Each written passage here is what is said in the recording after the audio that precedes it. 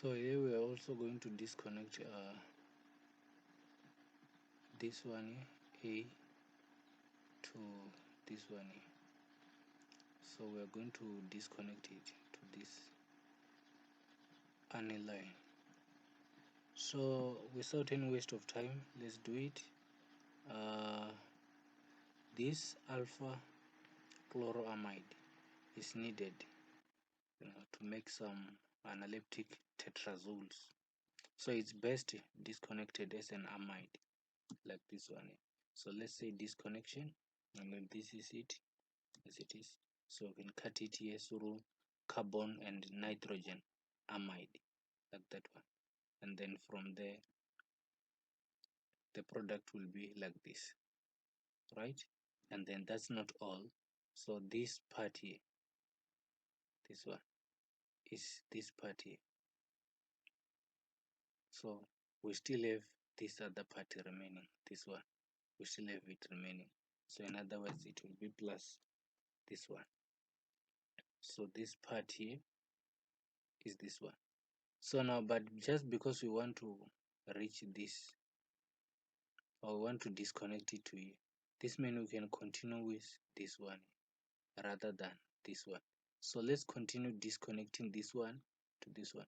So you will see that the only part that we want to get rid of is this one.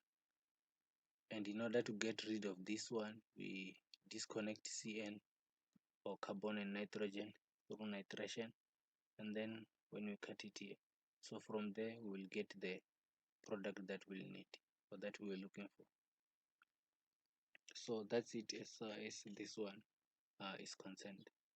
And now let's look at the synthesis.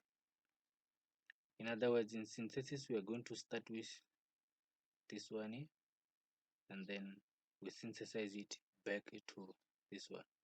So it is better to acylate aniline before nitration to prevent the oxidation or overnitration and reduce the proportion of ortho nitration. So let's save it here like this. So this is the product that we get. I just copied it here as it is, aniline, and then from there we can have AC2O, and then from this AC2O it will come and attack here on this part here, and then other addition will be, or other reagent will be added either here, because this one is good in terms of directing attachments here.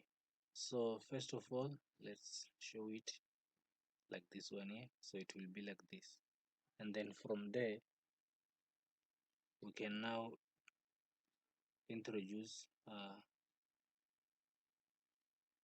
acid, sulfuric acid, and also the nitric acid, like this one.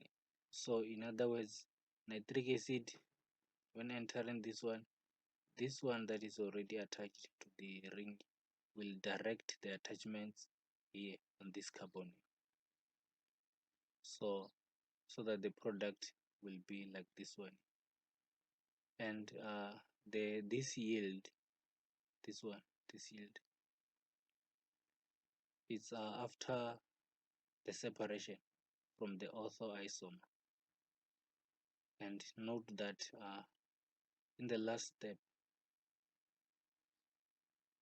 the oxygen, or before we even go to this oxygen O2N is from this nitric acid when it comes to attaching.